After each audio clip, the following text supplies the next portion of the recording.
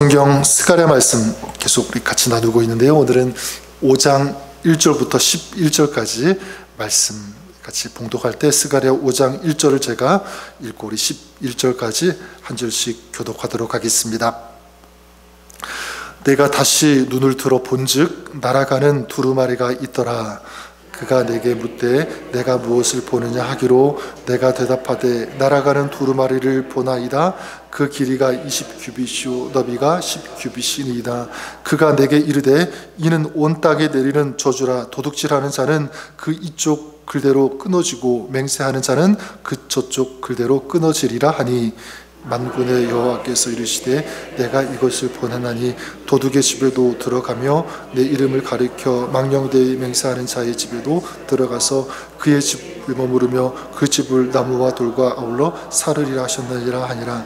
내게 말하던 천사가 나와서 내게 이르되 너는 눈을 들어 나오는 이것이 무엇인가 보라 하기로 내가 묻되 이것이 무엇이니까 하니 그가 이르되 나오는 이것이 에바니이라 하고 또 이르되 그 온 땅에서 그들의 모양이 이러하니라. 이 에바 가운데에는 한 여인이 앉았느니라 하니 그때 둥근 납 한 조각이 들리더라.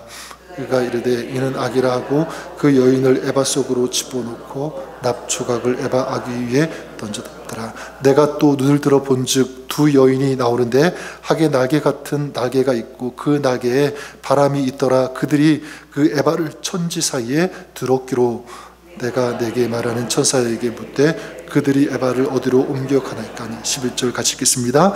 그가 내게 이르되 그들이 신할 땅으로 가서 그것을 위하여 집을 지으려 함이니라. 준공되면 그것이 제 초소에 머물게 되리라 하더라. 아멘. 네, 하나님 말씀입니다.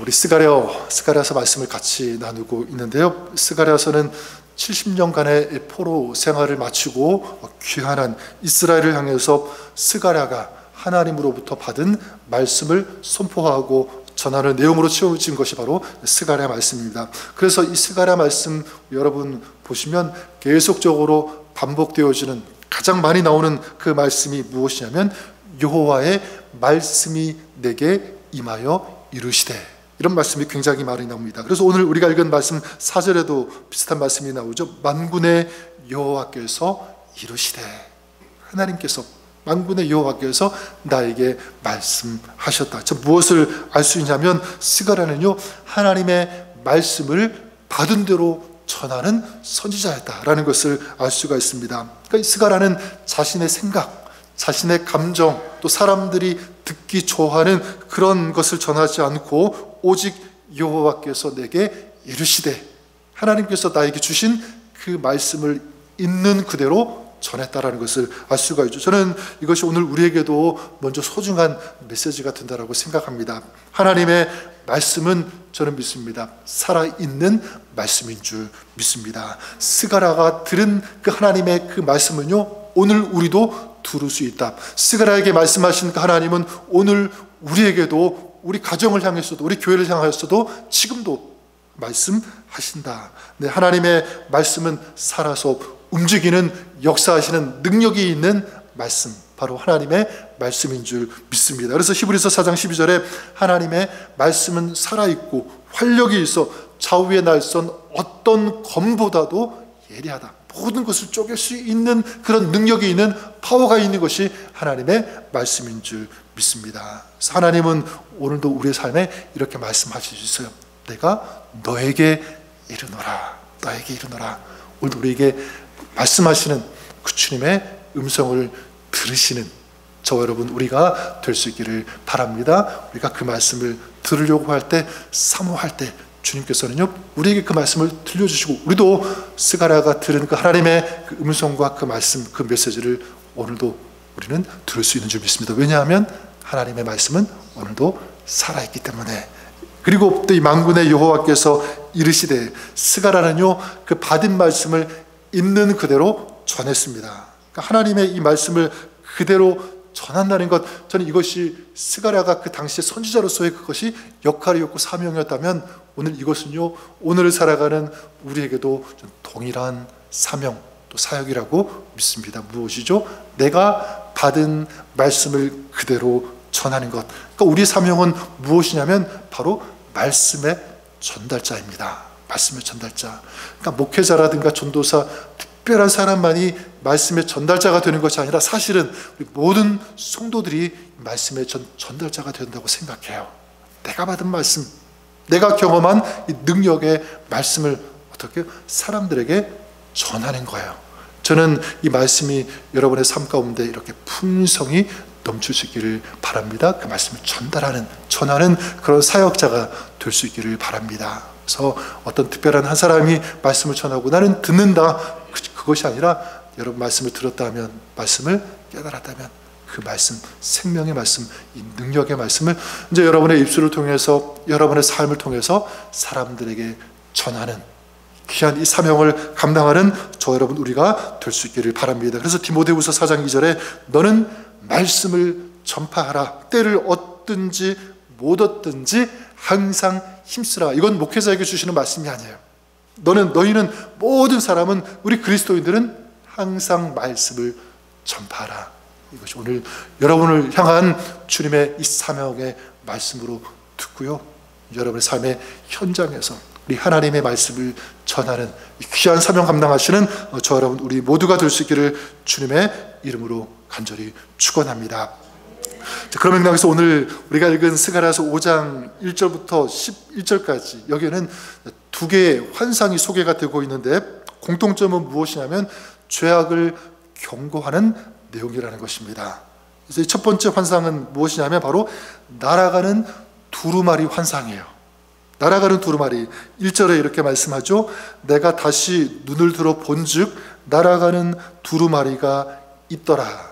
날아가는 두루마리. 2절에 보면 이 날아가는 두루마리의 크기가 소개되고 있는데 길이가 20규빗, 한 9m 정도 된다고 보면 되고요, 넓이는 10규빗, 그러니까 한 4.5m 정도 되는 큰 이 두루마리를 보게 됩니다. 근데 중요한 것은 무엇이냐면 이 두루마리에 기록된 내용이에요.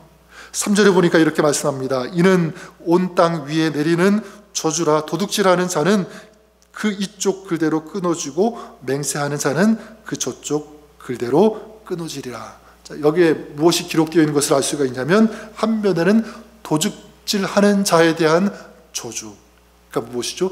도둑질하는 이 죄악에 대해서 다루고 있다는 거죠. 다른 한면에는 거짓 맹세하는 자에 대한 저주, 그러니까 무엇을 지적하고 있는 것입니까? 밝히고 드러나게 하는 거죠. 거짓말하는 것에 대해서, 거짓 맹세하는 것에 대해서, 속이는 것, 큰 이 죄악의 어떤 두 축이 될 수가 있는 거죠. 무엇이냐면 도둑질하는 것, 남의 것을 빼앗는 것, 속이는 이런 이 죄악된 그런 것들. 그러니까 이렇게 죄가 적혀 있는 이 두루마리가 어떻게 하죠? 하늘을 날아가고 있는 것을 스가랴가 보게 되는데, 날아가는 두루마리, 그냥 두루마리가 아니라 날아간대요. 자, 이것은 저는 의미하는 바가 있다고 생각합니다. 날아간다? 그래요. 죄는 숨길 수가 없다는 거죠. 무엇이 하늘을 날아가면 쉽게 눈에 띄는 것처럼 이 죄악은 숨길 수 없고 반드시 드러날 수밖에 없다. 정확히 말하면 하나님께서 그 숨기고 있는 죄악은요 드러나게 하신다라는 것. 그리고 또한 이 두루마리가 날아간다는 것은요, 날아가는 것은 굉장히 빠른 것 아니겠습니까? 이게 무엇을 의미하냐면 하나님의 심판은 속히 임한다라고 하는 거예요. 이 죄악에 대한 심판은 빠르게 임한다. 그래서 4절에 보면 이렇게 말씀하지 않습니까? 도둑의 집에도 들어가며 내 이름을 가리켜 망령되이 맹세하는 자의 집에도 들어가서 그의 집에 머무르며 그 집을 나무와 돌과 아울러 사르겠다. 불사르겠다는 거예요. 불이 붙으면 순식간에 다 타버리는 것처럼 이 하나님의 심판은 이렇게 신속하다라는 것을 알 수가 있습니다. 왜 이렇게 하나님은 이 죄악에 대해서 신속하게 심판하시는가, 다루시는가? 한 가지 이유를 들자면 하나님께서 거룩하시기 때문에 그렇습니다. 빛과 어두움이 공존할 수 없기 때문에. 자, 그렇다면 여러분, 이것은 오늘 우리에게 어떤 메시지가 되냐면, 저는 이것이 회개와 연결된다고 생각합니다. 회개해야 된다라는 것. 우리는 신앙생활하면서 많이 이렇게 얘기하고 또 생각하고 그리고 많이 또 이렇게 느끼는 것이 뭐냐면 하나님의 은혜는 많이 생각합니다. 근데 하나님의 공의에 대해서는 생각하지 못할 때가 참 많이 있는 것 같아요. 그리고 이 공의라는 것, 그걸 자체를 좀 불편하게 생각할 때도 참 많이 있는 것 같습니다. 그래서 은혜로우신 하나님, 우리가 이건 많이 얘기하고 또 많이 언급하는데, 공의로우신 하나님, 이 죄악을 심판하시고 다스리시는, 또 다루시는 그런 하나님에 대해서는 우리가 조금 외면할 때가 많이 있다는 것입니다. 저는 그것이 아니라, 여러분, 공의를 잊은 은혜는 진짜 은혜가 아니라는 것을 우리가 생각했으면 좋겠습니다. 은혜만 생각하는 것이 아니라, 또 그래서 죄를 숨기려 하거나, 하나님은 은혜로우시니까 이 정도는 그냥 넘어가실 거야, 이해하실 거야, 어떤 그런 마음 가지는 것이 아니라, 좀 공의로우신 하나님을 우리가 생각하고, 죄에 대해서, 이 악에 대해서 우리의 마음을 정말 하나님 앞에 열어놓고 하나님의 그 긍휼하심, 그 용서하심, 그 은혜를 구하는 우리의 삶이 될 수 있기를 바랍니다. 그래서 우리에게 필요한 것이 무엇입니까? 그러기 위해서 필요한 것이 바로 회개라는 거죠. 저는 우리가 매일매일 우리의 삶을 한번 돌아볼 수 있기를 바랍니다. 하루를 돌아보면서 내 삶 가운데, 내 마음 가운데 이런 죄악된 이 더러운 것들이 얼마나 많이 밀려왔는지, 내 마음속의 삶 가운데 채워지고 있는지, 그리고 이것들이 내 마음, 내 삶을 더럽히고 있는지를 우리는 알아야 되고 보아야 된다. 그리고 더 나아가 주님의 십자가 보혈로 깨끗하게 씻겨져야 된다는 것을 우리가 알았으면 좋겠습니다. 그래서 이것이 바로 이 첫 번째 환상의 내용이고, 두 번째 환상도 비슷한 그런 맥락이라고 할 수가 있는데, 두 번째 환상은 뭐냐면 에바 속의 여인 환상이에요. 그래서 5절에 보니까 천사가 눈을 들어서 나오는 것이 무엇인지 이제 보라고 하니까 스가랴가 이것이 무엇입니까? 묻게 되죠. 그때 6절에 천사가 이제 설명합니다. 나오는 이것이 에바인이라 하시고, 또 이르되 온 땅에서 그들의 모양이 이러하더라. 에바 무엇이냐면 곡식을 담는 큰 이 바구니, 그릇 같은 게 이제 에바입니다. 근데 이 에바는 그냥 에바가 아니라 경제적 부패, 이 탐욕의 상징과 같은 것이 또 에바입니다. 근데 여기 에바의 한 여인이 앉아 있는데 8절에 보니까 이 여인은 악이다 이렇게 말씀하고 있습니다. 지칭하고 있죠. 그러니까 이 여인은 뭐냐면 탐욕, 거짓, 우상 숭배로 가득 찬 이스라엘의 어떤 그 모습을 대변하고 있는 거예요. 그러니까 영적 타락을 상징하고 있는 것, 바로 에바 속에 들어가 앉아 있는 이 여인, 이스라엘의 모습이라는 거죠. 자, 그때 이제 천사가 어떻게 하냐면 그 여인을 에바 속으로 던져놓고 나무로 된 뚜껑을 덮었다 이렇게 말씀하고 있습니다. 그리고 이제 두 여인이 나타나게 되죠. 하계 날개 같은 날개가 있는데, 이제 이 에바를 그 두 여인이 들어서 시날 땅으로 옮기게 됩니다. 시날 땅은 바벨론 땅이죠. 바벨론으로 옮기게 된다. 그리고 그 여인을 위해서 집 거처가 지어지게 되고, 그 여인은 거기에서 지내는, 그것에 두게 되는, 이게 오늘 두 번째 환상의 내용인데요. 자, 무엇을 알 수가 있냐면 이 악이라고 하는 것, 이 죄라고 하는 이 궁극적인 종착지가 어디인가라고 할 때 바로 심판이라고 하는 거야. 바벨론 심판. 근데 이거 그 심판만 의미하는 것이 아니라, 자, 이것은 뭐냐면 그 악이 이스라엘, 그 예루살렘에서 벗어나서 옮겨지게 된다. 그러니까 죄의 근원지인 바벨론으로 옮겨지게 되는 거죠. 다시 말해서 하나님께서 이 죄악으로 물든 이 백성, 이 심령, 그들을 깨끗하게 하신다. 그리고 정결하게 하실 것이다. 이 죄를 옮기신다라고 하는 이 하나님의 거룩한 의지 또한 이 환상 속에 담겨 있음을 우리는 보게 됩니다. 언제 하나님께서 이 죄를 옮기시는가, 깨끗하게 하시고 정결하게 하시는가라고 할 때 바로 언제죠? 우리가 돌이킬 때, 회개할 때 하나님은 그 죄를 여기에서 이쪽으로 완전히 옮기시는 줄 믿습니다. 그래서 요한일서 1장 9절에 말씀하죠.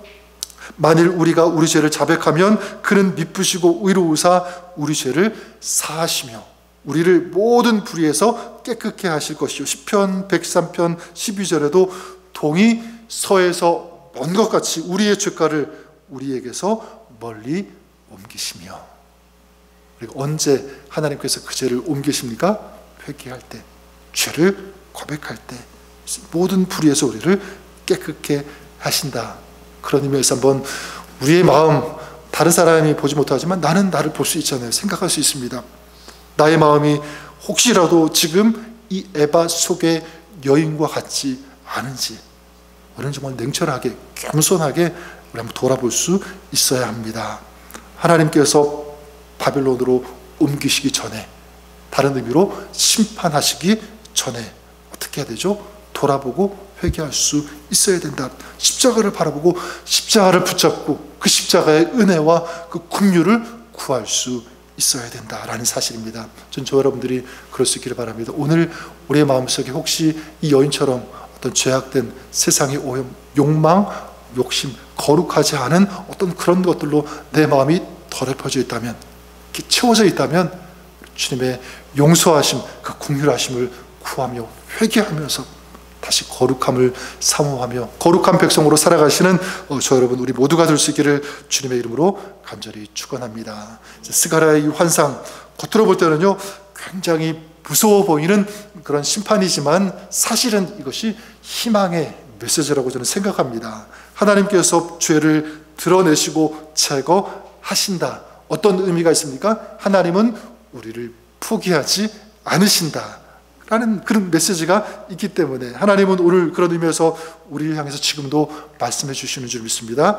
나는 너희 가운데 있는 악을 제거하고 내 성전을 세울 것이다 라고 하는 이 음성을 저 여러분 우리가 들을 수 있기를 바랍니다.